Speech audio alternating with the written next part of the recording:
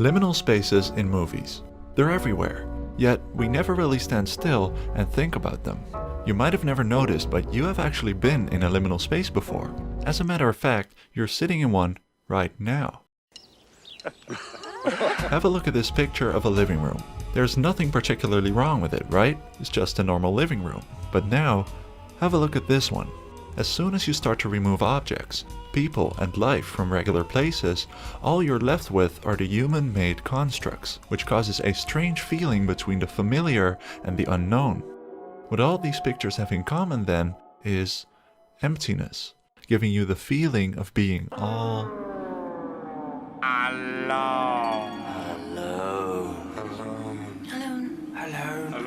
alone. There's something very unsettling about these liminal spaces, empty universes that seem to exist outside of time and place. They make you want to leave. I gotta get out of here! But what if you can't?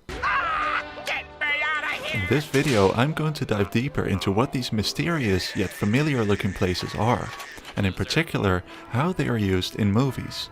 But in order to do that, we need to travel back to the place where it all began. So are you ready to visit the back rooms?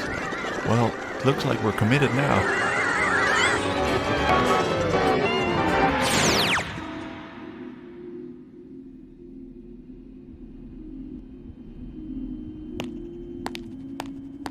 Welcome to the back rooms, the most famous liminal space out there. In 2019, somebody created a thread on the platform 4chan and asked people to post images of empty locations that just feel off. There, the first photo depicting the back rooms was uploaded, presenting a slightly tilted image of a yellow-colored hallway. Underneath it was a description of how one could get trapped in these back rooms, and it goes something like this. One day someone's walking around, going to work, alive, and then nothing. People just disappear. That's right. The story goes that you can get teleported or no-clipped, as written in the post, into these empty rooms, as if you found some cheat code or secret glitch in a video game. But once you're in there, it's very hard to get out. Earth just opens up and swallows them. Eerie. Really eerie. The back room is just one example of the liminal space iceberg that goes very deep, and has formed a new movement in recent years, with people online deciphering pictures of empty stores, playgrounds, or other abandoned locations. That's why I have gathered a collection of movies that portray all kinds of liminal spaces, so let's find out what exactly their characteristics are. I've divided the movies into three main categories: the ones showing physical liminal spaces, emotional ones, and temporal spaces. So let's begin with discovering a physical liminal space. It all starts in a normal world that you're familiar with. Going to work, applying for a new job, or going on a nice holiday with your family. But all of a sudden, things are starting to feel a little off. In The Truman Show, the main character is going to work. He wants to take the elevator up to his office, but when the elevator opens, he is stopped by security guards and suddenly sees people sitting in a room behind the back wall, literally discovering a back room. Similarly, in the movie Being John Malkovich, the main character discovers a room, because his job interview is not on the 7th floor, not on the 8th floor, but actually in between. 7.5.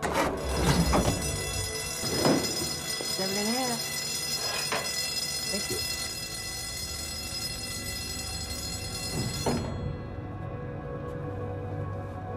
In these movies, both the audience and the main characters are experiencing the uncanny, meaning seeing their world in a very strange but familiar way, suggesting that there's another world out there they don't know about, something that's beyond their power.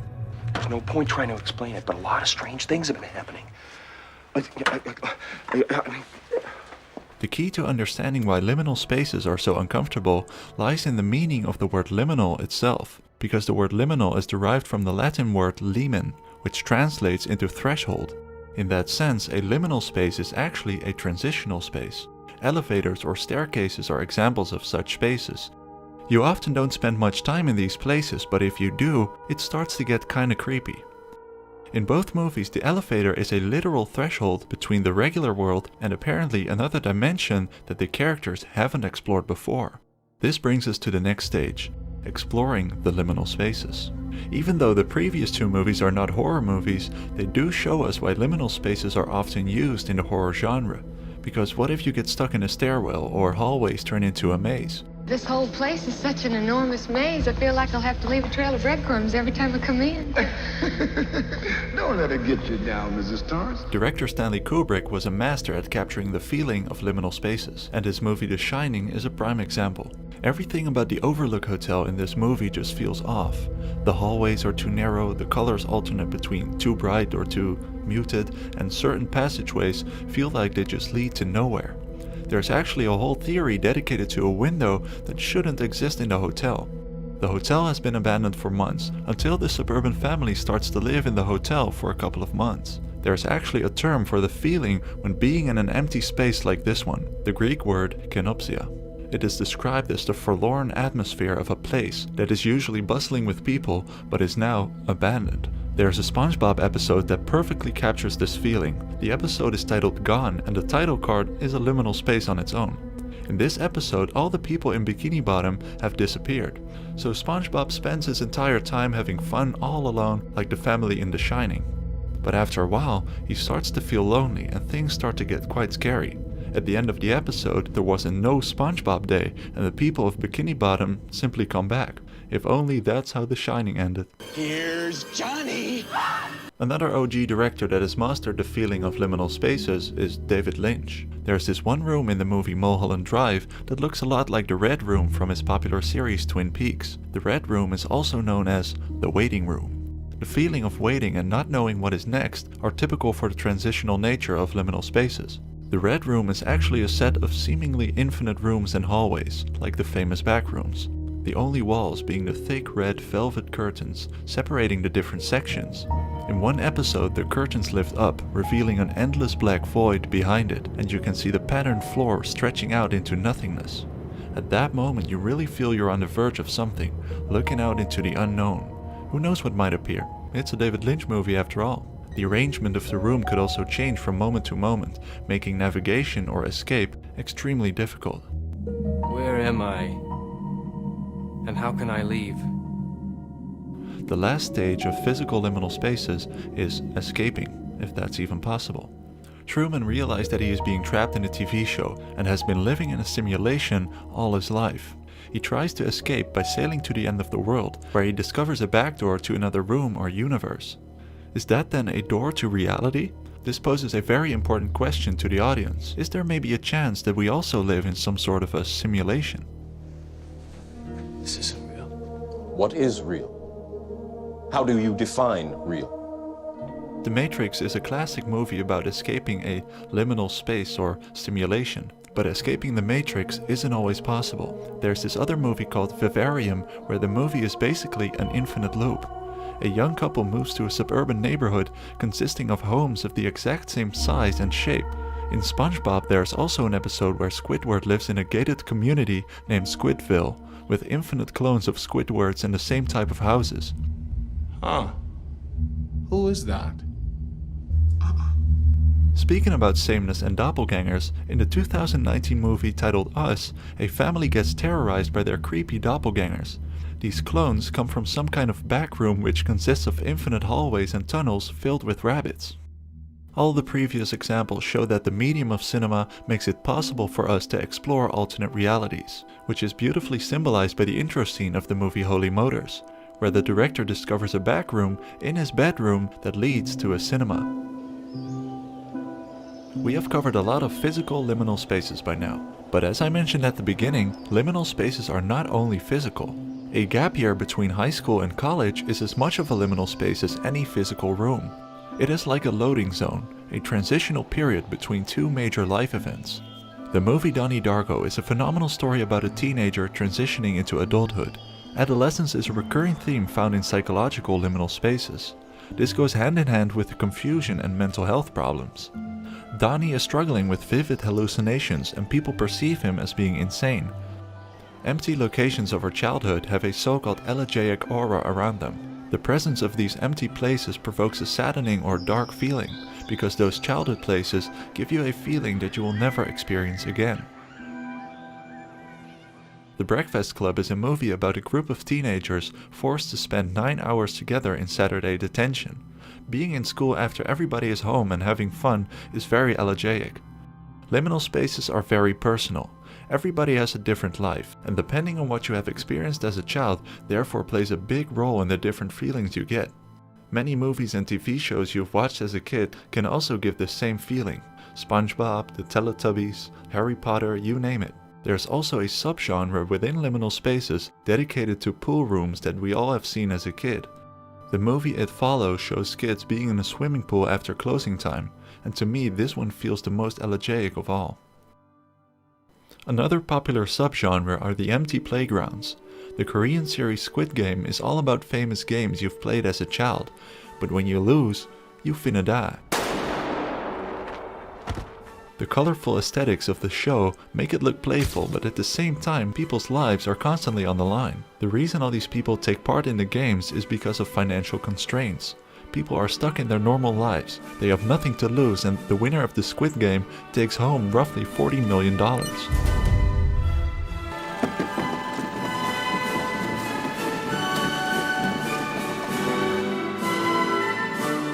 You could also be stuck in life and decide to become a lighthouse keeper at the most far out lighthouse from the coast, like this guy. The lighthouse with Willem Dafoe and Robert Pattinson has a gritty black and white aesthetic, emphasizing the dark and lonely location. Both characters are slowly going mad, and one tries to escape while being very disoriented. How long have we been on this rock? 5 weeks? 2 days? Where are we? Help me to recollect. The main character in Being John Malkovich wants to be a famous puppeteer, but he is not getting any recognition. He is also stuck in life. On the 7.5th floor, he finds a tunnel that leads to the mind of actor John Malkovich, a person he would love to become. This gives him a new perspective, making this a liminal aka transformative journey. Lastly, here are 3 more amazing movies where people are stuck in the liminal part of their life and are trying to find a way out. The Oscar-winning movie Parasite is about giving a new perspective to a poor family trying to move their way up the societal ladder by infiltrating a rich family's house. It's an emotional clash between 2 families, both at different ends of the spectrum. One day they find a hidden staircase in the cellar leading to a back room down the house. Secondly is Stalker by Andrei Tarkovsky, which is essentially a 3-hour philosophical journey through an off-limits liminal space called The Zone, to a room where all your wishes can be fulfilled. What if you could end all poverty or wars by making a wish in the zone? And last but not least, The Holy Mountain, a movie about a group of people searching for a place where you can obtain immortality. They sacrifice everything they have, undergo all these weird rituals, but when they finally arrive at their destination, the real construct behind it all is revealed. We have talked about nostalgia in liminal spaces, but have you ever felt nostalgic for a time you've never known? There is a word for this feeling, namely anemoia. In the past couple of years, we have all gone through one big liminal space, the pandemic. During this transitional time period, we have had a truly hands-on experience with liminality in life. Many of us have felt the feeling of kenopsia. Places that were normally filled with people suddenly became abandoned. Recently, the movie Blade Runner 2049 got a whole new wave of attention, probably because the pandemic created an isolated dystopian lifestyle similar to this movie. You look lonely. I can fix that. Blade Runner is a hauntingly beautiful portrayal of a dystopian future, where the most advanced technologies are mixed with old elements. This scene shows the main character entering a deserted casino or concert hall when suddenly all kinds of old songs start playing. Holograms start dancing around, creating this empty ballroom vibe. Maybe you've ever come across one of these videos titled Strangely Familiar Places with Unnerving Music. The Shining by Stanley Kubrick features multiple Al Bowley songs, which was the main inspiration for the song It's Just a Burning Memory by The Caretaker, a song that is often used for these liminal space compilations. If you made it this far into the video, then you deserve the best for last, because we have talked about 3 types of liminal spaces: the physical ones, emotional, and temporal spaces. But there's actually one more that only a few movies have captured. One of those movies is Interstellar, because in this movie the ultimate liminal space is discovered. which is the back room of the universe. The main character named Cooper leaves planet Earth to find new habitable planets far out in the galaxy. But after they travel through a wormhole, time is severely dilated. 1 hour on this water planet, for example, means 7 years passing by at home. The time dilations are getting worse and worse the further they travel, causing more than 70 years to go by at home, while Cooper had only traveled for 2 years in space. A final slingshot into the unknown gets him trapped in the back room of the universe, where he can't communicate but only observe him and his daughter as the time passes by. Don't let me leave, Merv!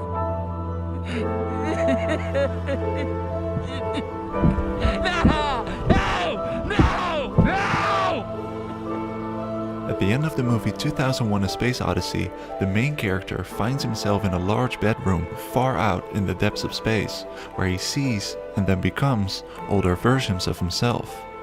Looking at it like this, life is just one big liminal space, the space between birth and death. It is inevitable that we encounter various liminal spaces throughout our lives. Empty points, transitions, periods of nothingness that will prepare us for what is next. That is why liminal spaces are so important. They shape us, because it is exactly during these transitional periods, sometimes short, sometimes an eternity, that we experience change. Without us, a room is just a room. A liminal space is just emptiness. But as humans, we have the power to give meaning to emptiness.